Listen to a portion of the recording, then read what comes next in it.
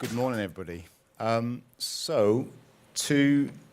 purpose of this discussion really is a reprisal, really, to remind ourselves of the value of marketing, what marketing can deliver to the bottom line of businesses, and also to understand TV's role within that ecosystem. So, as introduced, I'm Nick Pugh, I'm Head of Effectiveness at Ubiquity. Ubiquity as a business are designed to provide independent advice on media and marketing investments to our client base.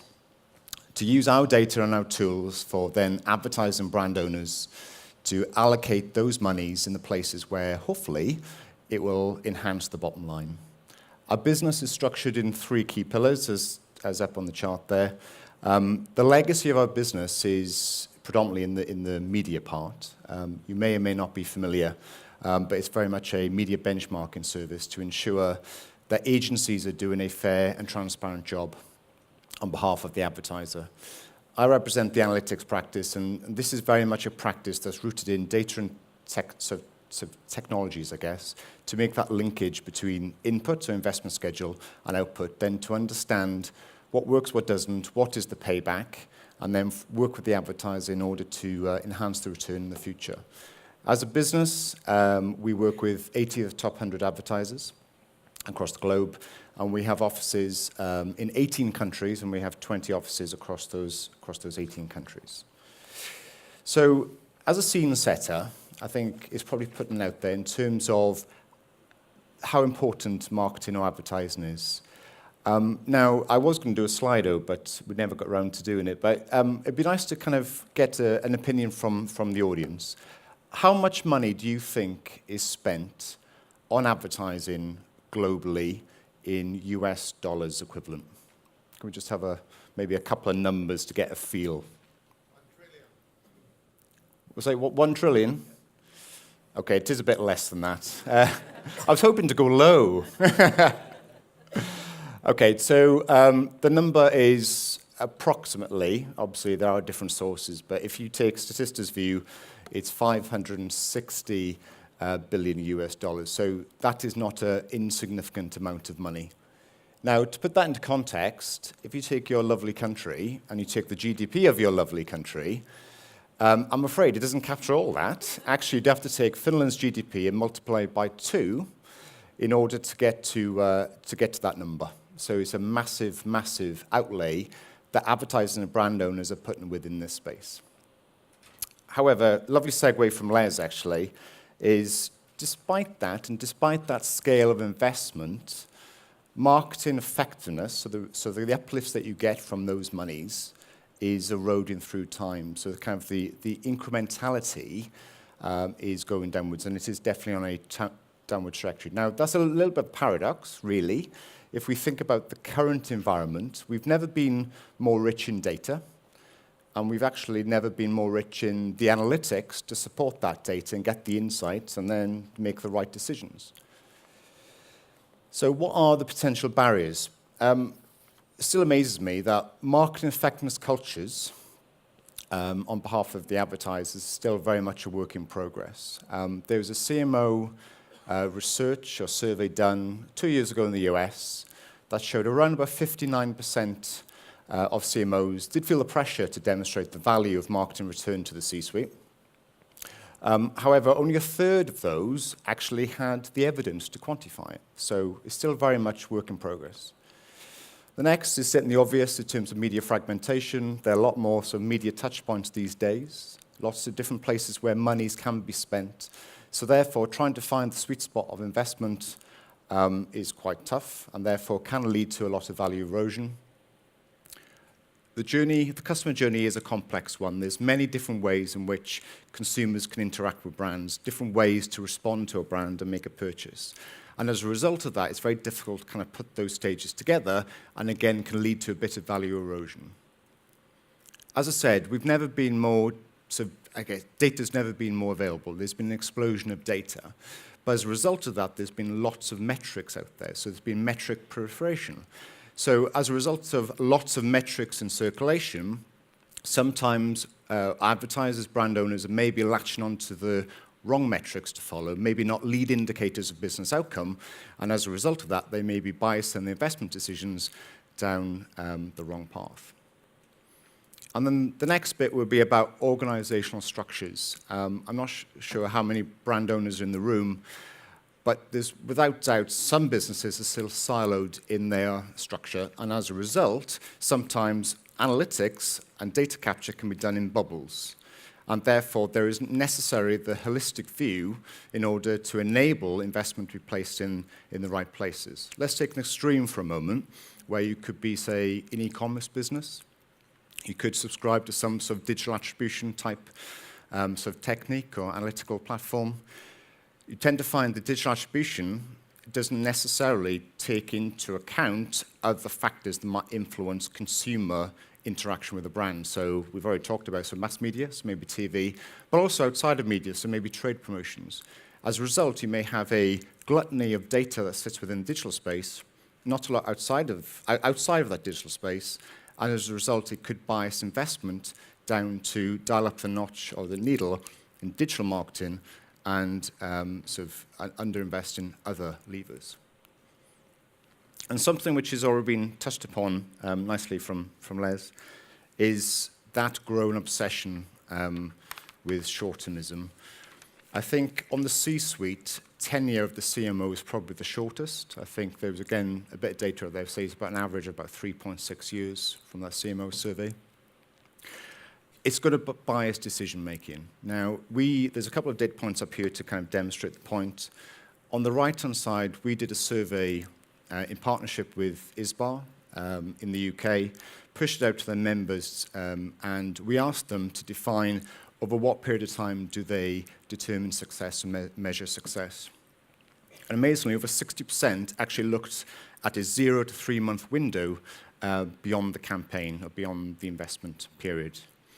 On the left-hand side, and again, shamelessly kind of taking some data from Les and Peter from the IPA data bank, is that there's a upward trajectory in terms of short-termism, where there's a pressure to demonstrate success across a much shorter window than perhaps previously. However, we do know, and we mustn't lose sight of the fact, is that advertising works harder than just a short-term window. So if we think about maybe the hours and days beyond that investment, we may be capturing about 18% of the return. If then we extend that to weeks and months, we're talking about 42%. But if we think about maybe beyond, say, 3 to 6 months beyond that campaign, so say 9 months, 12 months, year plus one, and so on, that is a vast number of sales that comes during that time period. So by ignoring the longer term, you're going to ignore a massive part of the pie, and therefore your investment decisions that you make may not be optimal as a direct result. So there's almost a need to take a step back for a moment and say, well, actually, first of all, let's truly understand on a longitudinal kind of norms basis what is the true value of advertising. Then, by getting that, then we can then build the business case for advertising and almost remind the advertiser community in terms of, first of all, what does marketing deliver, and actually where are kind of the nuances within that where you can actually really optimize the mix and improve the return to the bottom line. So in order to build that business case, there's a couple of things we need to consider. So as Les has already said, there has been a fixation on return on investment. Now, ROI alone is a dangerous metric. It's an efficiency metric. And actually, the easiest way to improve ROI is to reduce your spend, because that's kind of how the diminished returns curve works. So therefore, it's about, okay, ROI is important, but it's about understanding the scalability of that ROI. So do you achieve ROI at scale, and how does ROI change as you increase or decrease investment? The next bit is saying, well, actually, it's not about ROI, say, in terms of revenue, but it's really important to understand ROI in terms of profitability. How does your investments enhance the bottom line of your businesses? The next bit, which we've kind of already touched upon, is moving beyond the short term. And just to be clear, when I talk about short term here, I am talking in ubiquity language, usually about 3 to 6 months beyond the campaign. But move beyond that short term to really understand what does advertising do in terms of building a brand, but also importantly, linking it to a commercial return further down the road. And then importantly, it's about using all this data because one of the criticisms of analytics and maybe econometrics and market mix modeling and other analytical techniques is very dry, it's very backward-looking. It's about using this data to look ahead, to optimize for the future, to optimize for brand growth, and that's what we're trying to achieve, to kind of keep the lights on, to build brands for the months and years to come. So, as I think was already introduced, the start point of this actually was data that was collected in the UK. So going back about 18 months ago, Thinkbox and ourselves, plus Game Theory, kind of got together to do a collaboration to, again, build the business case for advertising within the UK. Now, this involved putting together lots of advertiser-level data, looking at ROIs, looking at effectiveness, and so on, and then starting to build the story about, okay, what is advertising doing in terms of delivering return in the short term? What's it doing in terms of the long term? What's it doing in terms of moving away from efficiency to try to tell that effectiveness, that scalability type story? So I'll just present a couple of charts from that study, and then I'll move on. So the key headlines on that rather glamorous chart, which is a three-dimensional view of proportionate budget put behind the media line, for those media lines that we've taken into account, the short-term profit return, and the size of the bubble represents the scale of profit return that you get as a result. So the key headlines really is, first of all, there is a number of media lines that are above 1 in the short to medium term, so therefore it is profit enhancing, and that's very important because I think marketing and advertising is often seen as a cost rather than an investment. So taking that data to the CFO can be quite a useful tool to say you will get profit enhancing return in that short to medium term window. The other key things would be, you'll notice that TV, the position of that bubble is further up the x-axis, so the y-axis. So therefore, the short to medium term ROI is stronger. But also the scale of the bubble is bigger as well. So for around about 53% of the investment, TV is delivering around about 62% of the profit return. So it is really enhancing that story and underlying the story that TV not only delivers in the short term, but delivers massive profit return, which is kind of what is really, really important for the brand owners. But in addition to that, moving beyond that short-term picture is about understanding the long-term multiplier effect. So how many more sales do you get beyond that kind of 3 to 6 month window? So first of all, media as a whole, there's a multiplier of about 2.1. So for every sale that you get in the short to medium term, there's about another sale, just over another sale that you get in that longer-term window. But take a look at TV. TV delivers an ROI of 173, but then when you factor in the long term, which is multiplied 2.4, that return goes to £4.20, which is an incredible return. Now, the one thing I would say, this picture does vary by sector. So I haven't got the sector data here, but grab me later on. You tend to find some sectors perform better than others. So I don't know if there's any kind of CPG or FMCG brands in here.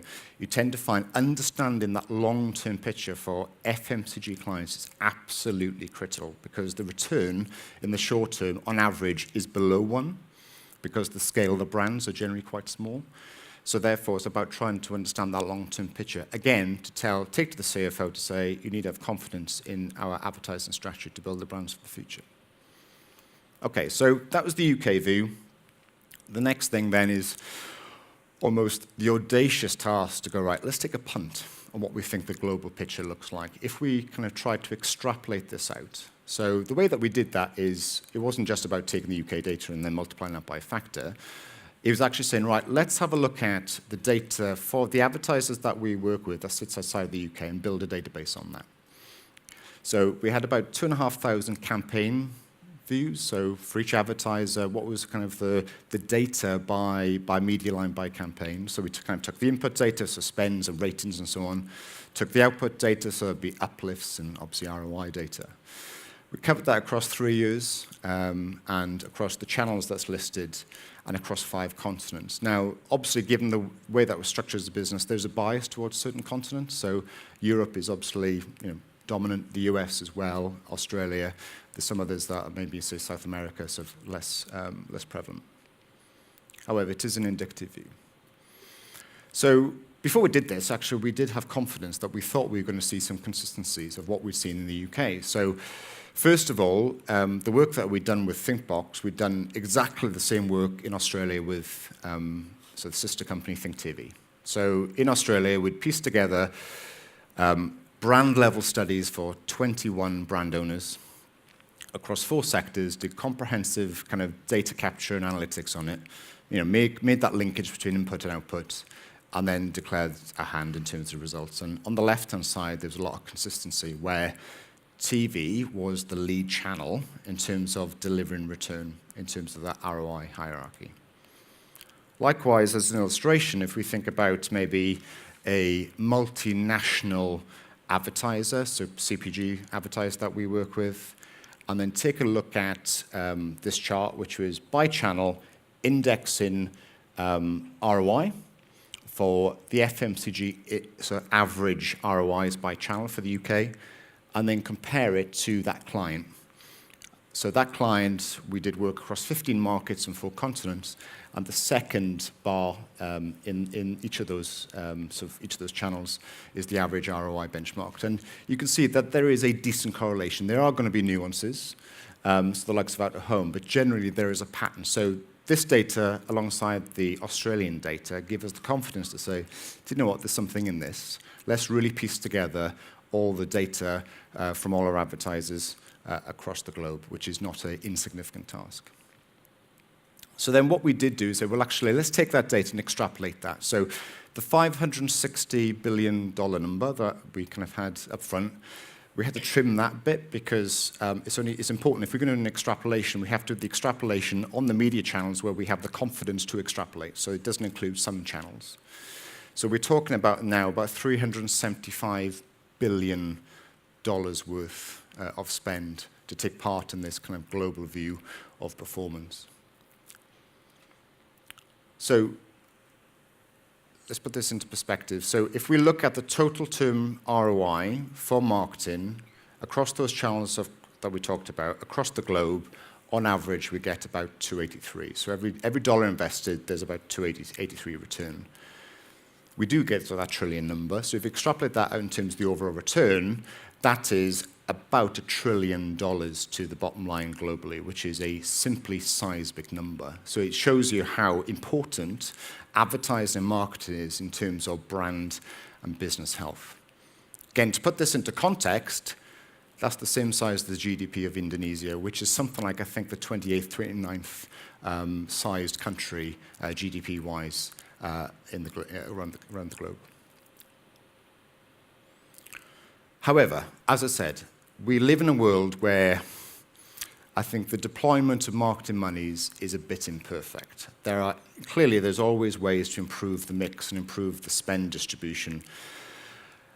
So what we did, okay, let's go on again, a fairly audacious task. Let's understand actually what would be the potential size of the prize of getting it right. So if we kind of take the current media mix, what would be the optimal deployment of monies across those media lines, and what would be the benefits if there was almost a global PLC, what would be the benefit to the world as a result of getting that right?